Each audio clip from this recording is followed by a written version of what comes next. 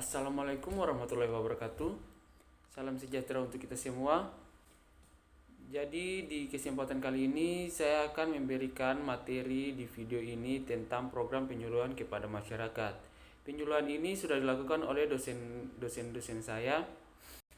Tujuan dari penyuluhan ini yaitu yang pertama adalah pelatihan membuat pupuk kompos, POG, dan cair atau teh kompos kepada masyarakat. Yang kedua, menciptakan masyarakat petani yang dapat membuat pupuk sendiri. Dan yang ketiga, pembinaan dan implementasi aspek ekonomi dalam keluarga petani. Yang keempat, memanfaatkan limbah pertanian. Dan yang kelima adalah memberdayakan masyarakat petani, khususnya hortikultura. Materi yang diberikan yaitu pemanfaatan limbah elasagu, Gliricidia sepium, Cronolaena odorata sebagai pupuk kompos kepada masyarakat petani. Diberikan oleh Dr. Maimuna Lahabi SPMP dan Jen Ivone Nendisa SPMP.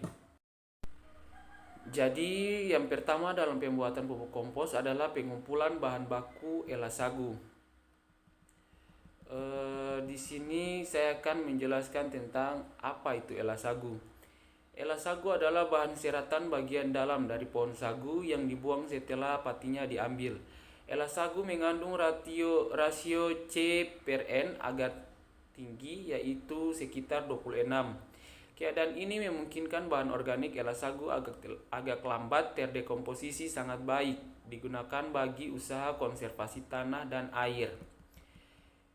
Bahan organik elasagu adalah kompos yang mengandung ampas atau elasagu yang belum banyak dimanfaatkan. Padahal bahan ini sangat berguna sebagai pupuk organik di beberapa daerah Maluku sehingga dapat berpotensi untuk memenuhi sebagian permintaan bahan organik di Maluku. Elasagu merupakan limbah yang banyak ditemukan pada saat pemanenan tanaman sagu dan umumnya belum banyak dimanfaatkan sebagai pupuk organik.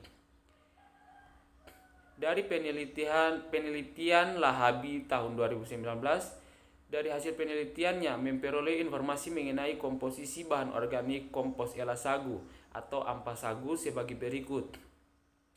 Yaitu terdapat 26% C organik, 1,56% N total, 1,03% P tersedia, 0,29% K, 3,84% Ca, dan 0,05%. Selanjutnya dikatakan bahwa berdasarkan hasil inkubasi elasagu selama 3 bulan, ternyata memperoleh data mengenai komposisi elasagu sebagai berikut. 13,90% kadar air, 28,5% C organik, 1,78% P tersedia, 1,17% N total, 8,71% Me, 100 gram pangkat min 1 Ca, 1,87 Me 100 gram, Mg 0,53, K 22,30 M KTK, dan 52,40% Kb. Kemudian dari beberapa hasil penelitian telah memastikan penggunaan bahan organik berupa kotoran sapi, Gliricidia sepium, dan Cronolaena odorata sebagai pupuk organik memberikan pengaruh residu pada masa tanaman berikutnya. Terbukti dengan adanya peningkatan hasil biji kacang tanah pada masa tanam kedua sebesar 150,61% kotoran sapi, 144,36% Cronolaena odorata, dan 137,6% Gliricidia sepium. Kemudian, kompos merupakan hasil penguraian dari campuran bahan-bahan organik yang dapat dipercepat oleh populasi berbagai macam mikroorganisme dalam kondisi lingkungan yang lembab dan aerobik maupun anaerobik. Limbah sagu, kerinyu, dan sangga-sangga sangat kaya akan bahan organik.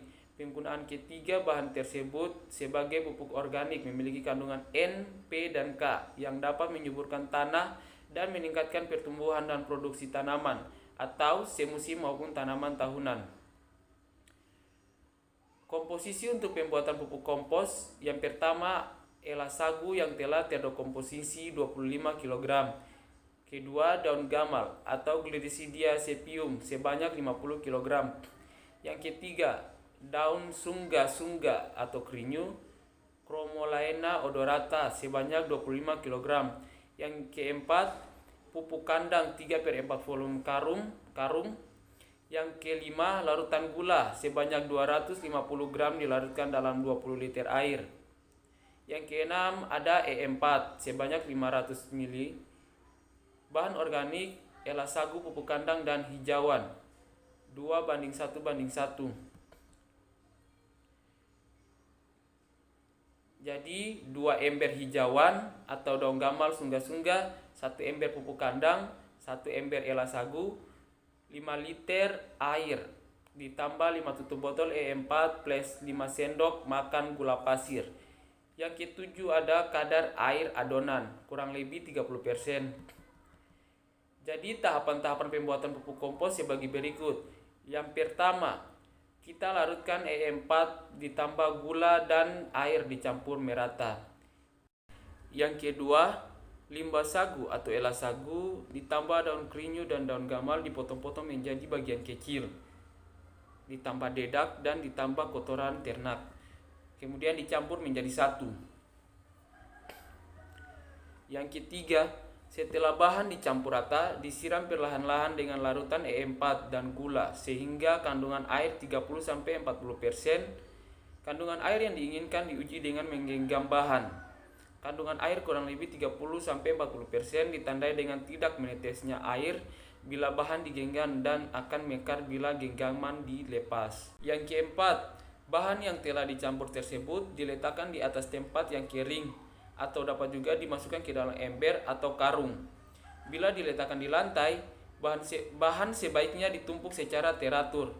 Tumpukan bahan umumnya setinggi 15-20 cm, tetapi dapat juga hingga 1,5 meter.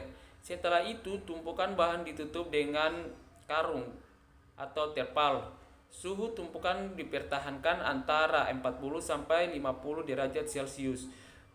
Untuk mengontrolnya, setiap 5 jam sekali, minimal sehari sekali suhunya diukur. Apabila suhunya tinggi, maka bahan organik tersebut dibalik, didiamkan sebentar agar suhu turun, lalu ditutup kembali. Demikian seterusnya sampai mendapatkan suhu yang tepat dan bahan terurai sempurna. Bahan organik kompos sudah matang bila tidak berbau, berwarna hitam dan ditumbuhi miselia putih.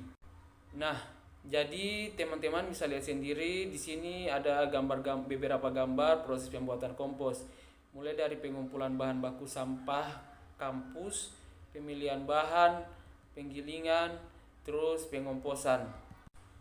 Jadi sebelum daun gamal diaplikasikan, terdapat analisa jaringan daun gamal, yaitu ada N total sebanyak 0,7%, P total 0,15%, K total 1,52%, C per N sebanyak 14,56.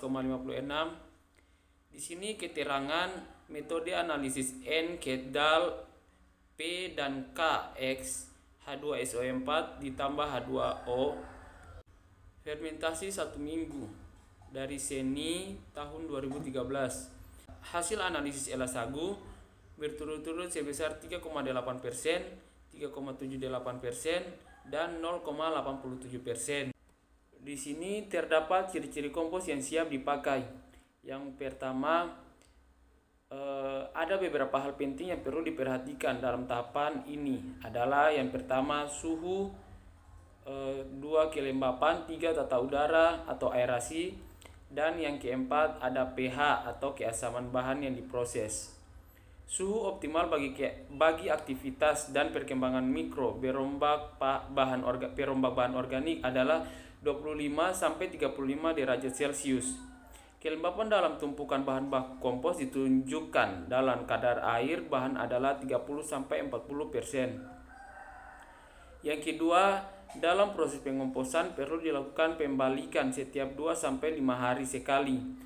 Pembalikan ini dilakukan untuk membuang panas yang berlebihan, memasukkan udara segar ke dalam tumpukan bahan, meratakan proses pelapukan di setiap bagian tumpukan. meratakan pemberian air, serta membantu penghancuran bahan menjadi partikel kecil-kecil. Yang ketiga, panen. Setelah pengomposan berjalan 30-40 hari, suhu tumpukan akan semakin menurun sehingga mendekati suhu ruangan. Yang keempat, ciri-ciri kompos yang sudah jadi dan baik yaitu warna kompos coklat kehitaman, aroma kompos yang baik tidak menyengat, tetapi mengeluarkan aroma seperti bau tanah atau bau humus hutan. Apabila dipegang dan dikepal, kompos akan menggumpal. Apabila ditekan dengan lunak, gumpalan kompos akan hancur dengan mudah. Di sini ada dokumentasi pengayakan kompos yang dilakukan oleh dosen saya selaku pemberi materi dalam penyuluhan ini. Kemudian ada proses kering udara, ada proses dalam mesin pencacah kompos, dan di sini juga ada kompos dari berbagai bahan baku, ada dokumentasi kompos dari berbagai bahan baku yang sudah dikemas dan diberi label. Nah, teman-teman bisa lihat sendiri itu adalah dokumentasinya. Kemudian di sini juga ada percobaan inkubasi tanah. Ada analisis pH tanah dan pupuk organik kompos. Di sini juga terdapat dokumentasi dalam melihat jenis-jenis mikoriza di pupuk kompos Ela Sagu, Gamal, dan Krinyu. Kemudian di sini ada analisis fosfor. Selanjutnya ada juga analisis nitrogen. Berikutnya ada analisis C organik.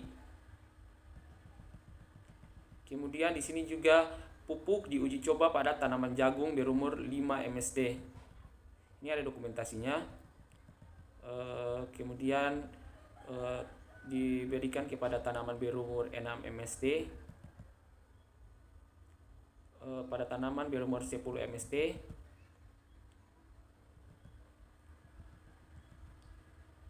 Nah, ini adalah dokumentasi pada waktu panen dan hasil jagungnya seperti ini.